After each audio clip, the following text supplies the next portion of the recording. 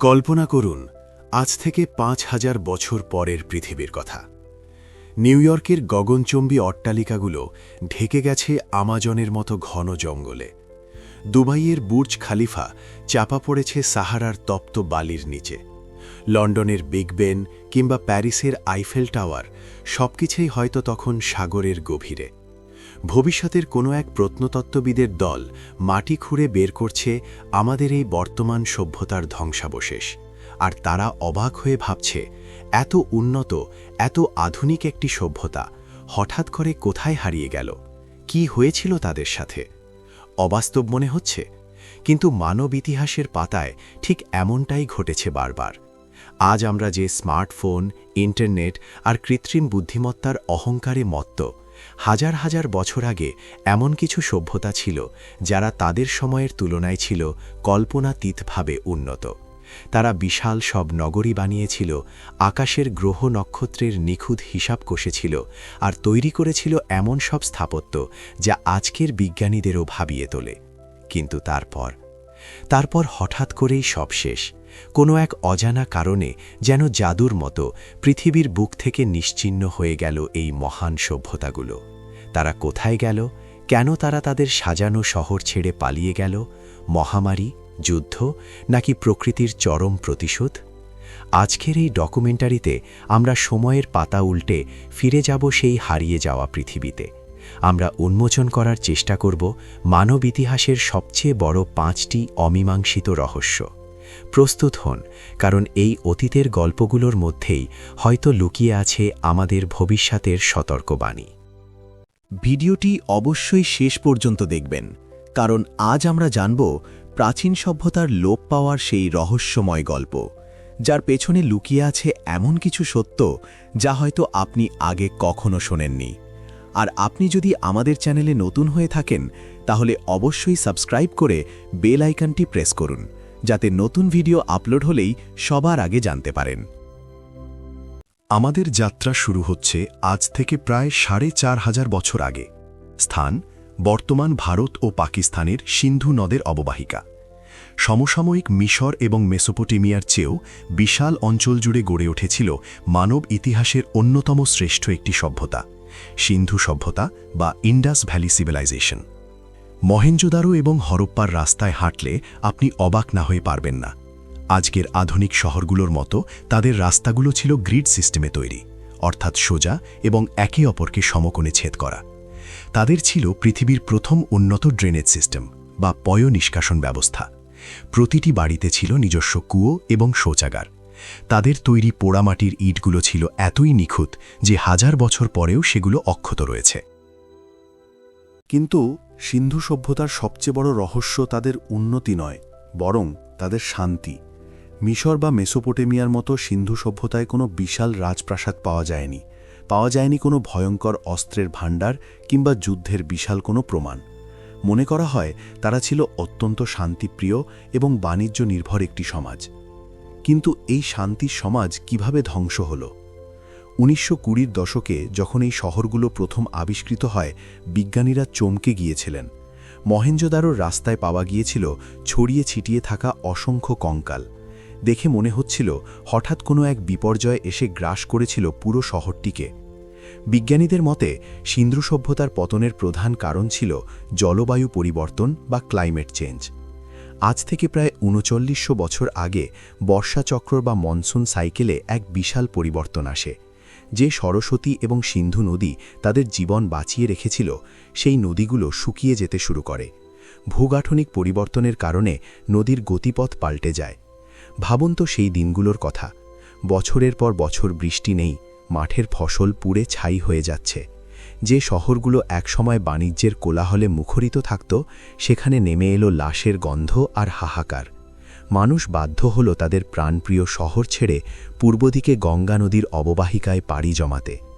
এককালের শ্রেষ্ঠ নগরীগুলো পরিণত হল ভূতের শহরে। সিন্ধু নদ থেকে এবার আমরা পাড়ি জমাব আটলান্টিক মহাসাগরের ওপারে, মধ্য আমেরিকার গহীন জঙ্গলে, যেখানে লুকিয়ে আছে ইতিহাসের অন্যতম রহস্যময় এবং বুদ্ধিমান এক সভ্যতা, মায়া সভ্যতা, দ্য মায়া সিভিলাইজেশন। প্রাচীনকালের গ্রিক বা রোমানদের চেয়ে কোনো অংশে কম ছিল না মায়ারা। টেলিস্কোপ ছাড়াই তারা আকাশের গ্রহ নক্ষত্রের এমন নিখুঁত হিসাব করেছিল যা আজকের বিজ্ঞানীরাও বিস্ময়ের সাথে দেখেন।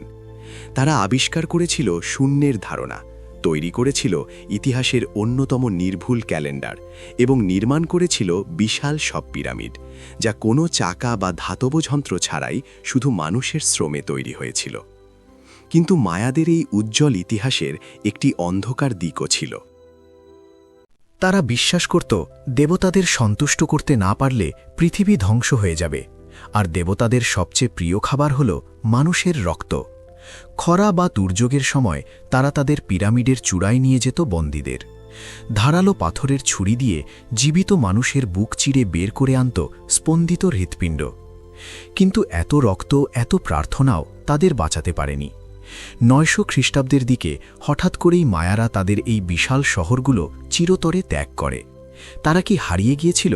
না, কিন্তু তাদের সভ্যতা সম্পূর্ণ ভেঙে পড়েছিল। কেন? রহস্যের উত্তর খুঁজতে গিয়ে বিজ্ঞানীরা লেকের তলার মাটি পরীক্ষা করেন, আর বেরিয়ে আসে এক ভয়ঙ্কর সত্য: মেগা ড্রাউট বা অতি খরা। মায়ারা অত্যন্ত বুদ্ধিমান হলেও একটি বড় ভুল করেছিল। বিশাল জনসংখ্যাকে খাওয়ানোর জন্য তারা নির্বিচারে জঙ্গল কেটে পরিষ্কার করেছিল। গাছপালার অভাবে বৃষ্টির পরিমাণ কমে যায়। শুরু হয় শত বছরব্যাপী এক ভয়াবহ খরা। খাবারের অভাবে শুরু হয় নিজেদের মধ্যে গৃহযুদ্ধ। রাজা এবং পুরোহিতরা যারা দাবি করত তারা দেবতাদের সাথে কথা বলতে পারে, তারা যখন বৃষ্টি নামাতে পারল না, তখন সাধারণ মানুষ তাদের ওপর বিশ্বাস হারিয়ে ফেলল। অহংকার, পরিবেশ ধ্বংস এবং ক্ষমতার লোভ, এই তিনের মিশ্রণে মায়া সভ্যতা ধসে পড়ে তাসের ঘরের মতো। প্রকৃতির ওপর আধিপত্য বিস্তারের চেষ্টা করে প্রকৃতিই তাদের গ্রাস করে নিল। পৃথিবীর মূল ভূখণ্ড থেকে হাজার হাজার মাইল দূরে প্রশান্ত মহাসাগরের বুকে একাকী ভাসছে একটি ছোট্ট দ্বীপ, ইস্টার আইল্যান্ড বা স্থানীয়দের ভাষায় রাপা নুই।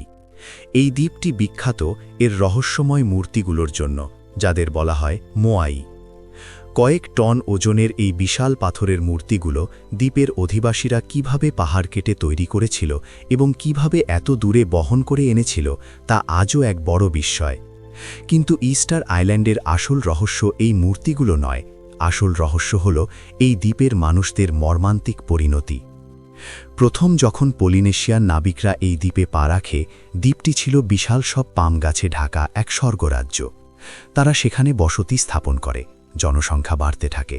বিভিন্ন গোত্রের মধ্যে শুরু হয় প্রতিযোগিতা, কারা কত বড় এবং কত সুন্দর মোয়াই মূর্তি বানাতে পারে। মূর্তিগুলোকে পাহাড় থেকে সমুদ্রের তীরে নিয়ে যাওয়ার জন্য তাদের প্রয়োজন ছিল গাছের গুঁড়ির, ফলে পাল্লা দিয়ে শুরু হলো জঙ্গল কাটা। গাছ শেষ হয়ে যাওয়ার সাথে সাথে দ্বীপের ইকোসিস্টেম বা বাস্তুতন্ত্র সম্পূর্ণ ভেঙে পড়ে। নৌকা বানানোর কাঠ না থাকায় তারা মাছ ধরতে সমুদ্রে যেতে পারল না। গাছের শিকড় না থাকায় মাটি ধুয়ে সমুদ্রে চলে গেল, ফলে কৃষিকাজও বন্ধ হয়ে গেল। দ্বীপের মানুষ আটকে পড়ল এক বদ্ধ কারাগারে। শুরু হলো ভয়ঙ্কর খাদ্যাভাব। টিকে থাকার এক মরিয়া চেষ্টায় তারা পরিণত হল নরখাদকে। যে মূর্তিগুলো তারা বানিয়েছিল দেবতাদের সন্তুষ্ট করার জন্য, রাগে আর ক্ষোভে তারা নিজেরাই সেই মূর্তিগুলোকে ধাক্কা দিয়ে মাটিতে ফেলে দিতে শুরু করল। ইস্টার আইল্যান্ডের এই গল্পটি কোনো সাধারণ ইতিহাস নয়, এটি যেন আমাদের বর্তমান পৃথিবীরই এক ক্ষুদ্র সংস্করণ। সমুদ্রের নীল জলরাশি পেরিয়ে এবার আমরা যাব প্রাচীন গ্রিসের ক্রিট দ্বীপে।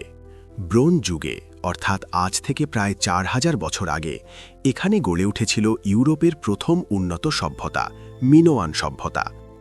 মিনোয়ানরা ছিল এক জাঁকজমকপূর্ণ জাতি। তাদের রাজপ্রাসাদগুলো ছিল গোলক ধাঁধার মতো বিশাল, দেয়ালগুলো সাজানো ছিল চোখ ধাঁধানো সব শিল্পকর্মে। তাদের নারী পুরুষরা সমান অধিকার ভোগ করত।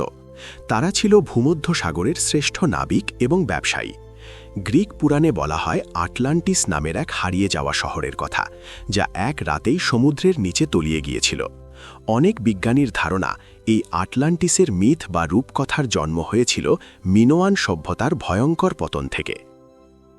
খ্রিস্টপূর্ব 1600 অব্দের কোনো এক সাধারণ দিন, ক্রিট দ্বীপের উত্তরে থেরা, যা বর্তমান সান্তোরিনি নামের একটি দ্বীপে ঘুমিয়ে থাকা এক আগ্নেয়গিরি হঠাৎ জেগে ওঠে।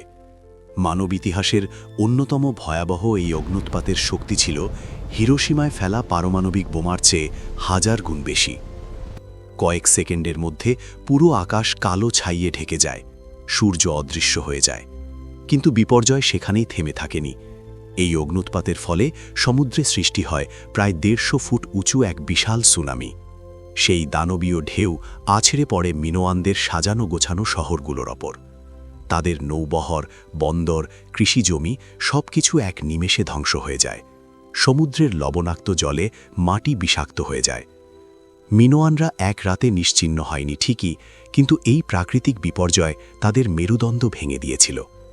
দুর্বল হয়ে পড়া মিনোয়ানদের ওপর এরপর আক্রমণ চালায় গ্রিস থেকে আসা মাইসিনিয়ানরা। আর এভাবেই কালের গহ্বরে হারিয়ে যায় ইউরোপের প্রথম আলোকিত সভ্যতা। আমাদের আজকের শেষ গন্তব্য এশিয়ার বুকে লুকিয়ে থাকা এক বিস্ময়, কম্বোডিয়ার গহীন জঙ্গলে অবস্থিত পৃথিবীর সবচেয়ে বড় ধর্মীয় স্থাপনা আঙ্কর ওয়াট। এটি ছিল খমের সাম্রাজ্যের রাজধানী। 1200 থেকে 1500 শতক পর্যন্ত খমের সাম্রাজ্য ছিল দক্ষিণ পূর্ব এশিয়ার সবচেয়ে শক্তিশালী রাজত্ব। লন্ডন যখন কেবল একটি ছোট শহর, আঙ্কোর তখন ছিল 10 লক্ষ মানুষের এক বিশাল মেট্রোপলিটন। খমেরদের সবচেয়ে বড় শক্তি ছিল তাদের জল ব্যবস্থাপনা বা ওয়াটার ইঞ্জিনিয়ারিং। তারা বিশাল সব কৃত্রিম হ্রদ এবং খাল খনন করেছিল, যা দিয়ে তারা বৃষ্টির পানি ধরে রাখত এবং সারা বছর চাষাবাদ করত। তারা ছিল আক্ষরিক অর্থেই জলের শহরের অধিবাসী। কিন্তু যে জল তাদের জীবন দিয়েছিল, সেই জলই হয়ে উঠেছিল তাদের মৃত্যুর কারণ। 1400 শতকের দিকে পৃথিবীর জলবায়ুতে এক অদ্ভুত পরিবর্তন আসে। শুরু হয় কয়েক দশকব্যাপী ভয়াবহ খরা। আঙ্কোরের বিশাল জলাধারগুলো শুকিয়ে যেতে থাকে। জলের অভাবে ফসলের উৎপাদন বন্ধ হয়ে যায়। এরপর প্রকৃতির খেলা মোড় নেয় আরেক ভয়ঙ্কর দিকে। দীর্ঘ খরার পর শুরু হয় প্রবল বর্ষণ বা মেগা ফ্লাড। শুকিয়ে যাওয়া খালগুলো এত বিশাল জলের ধাক্কা সামলাতে পারেনি। শহরের পুরো ড্রেনেজ সিস্টেম ধ্বংস হয়ে যায়। রাজা, যাকে সাধারণ মানুষ দেবতা মনে করত, সে যখন এই বিপর্যয় ঠেকাতে ব্যর্থ হল, তখন বিদ্রোহ শুরু হল। রোগব্যাধি, অনাহার আর থাই আক্রমণকারীদের চাপে 1500 শতকের মাঝামাঝি সময়ে খমেররা তাদের এই সাধের শহর ছেড়ে পালিয়ে যায়। জঙ্গল ধীরে ধীরে গ্রাস করে নেয় পাথর আর ইটগুলোকে। সিন্ধু সভ্যতার শান্ত সমাজ, মায়াদের নক্ষত্রের জ্ঞান, ইস্টার আইল্যান্ডের বিশাল মূর্তি, মিনোয়ানদের সমুদ্রের আধিপত্য কিংবা খমেরদের জলের সাম্রাজ্য, তারা প্রত্যেকেই ভেবেছিল তাদের সভ্যতা অমর। তারা ভেবেছিল তারা প্রকৃতিকে জয় করে ফেলেছে। কিন্তু ইতিহাস প্রমাণ করেছে প্রকৃতির সামনে মানুষের হংকার কতটা তুচ্ছ। আজ আমরা আকাশে স্যাটেলাইট পাঠিয়েছি, আর্টিফিশিয়াল ইন্টেলিজেন্স বা এআই তৈরি করেছি। আমরা ভাবি আমাদের পতন অসম্ভব, কিন্তু একটু ভেবে দেখুন তো, মায়াদের মতো আমরাও কি বনজঙ্গল ধ্বংস করছি না? ইস্টার আইল্যান্ডের মতো আমরাও কি পৃথিবীর সীমিত সম্পদ উজাড় করছি না? খমের সাম্রাজ্যের মতো আমরাও কি জলবায়ু পরিবর্তনের শিকার হচ্ছি না? ইতিহাস শুধু অতীতের গল্প নয়, ইতিহাস হল ভবিষ্যতের আয়না। এই হারিয়ে যাওয়া সভ্যতাগুলো তাদের ধ্বংসস্তূপের আড়াল থেকে আমাদের চিৎকার করে সতর্ক করছে। যদি আমরা প্রকৃতিকে সম্মান করতে না শিখি, যদি আমরা আমাদের লোভ আর অহংকারকে নিয়ন্ত্রণ করতে না পারি, তবে হয়তো আজ থেকে 5000 বছর পর অন্য কোনো প্রজাতির প্রত্নতত্ত্ববিদ আমাদের এই আধুনিক শহরগুলোর মাটি খুঁড়বে, আর তারা অবাক হয়ে ভাববে, এত উন্নত একটি সভ্যতা হঠাৎ করে কোথায় হারিয়ে গেল। ভিডিওটি কেমন লাগলো তা অবশ্যই কমেন্ট করে জানাবেন। আপনি কি মনে করেন আমাদের আধুনিক সভ্যতাও একদিন এভাবেই হারিয়ে যাবে? ইতিহাস এবং রহস্যের এমন আরও রোমাঞ্চকর ভিডিও পেতে আমাদের চ্যানেলটি সাবস্ক্রাইব করে বেল আইকনে ক্লিক করতে ভুলবেন না। দেখা হবে আগামী পর্বে নতুন কোনো অজানা রহস্য নিয়ে। ভালো থাকবেন, সুরক্ষিত থাকবেন।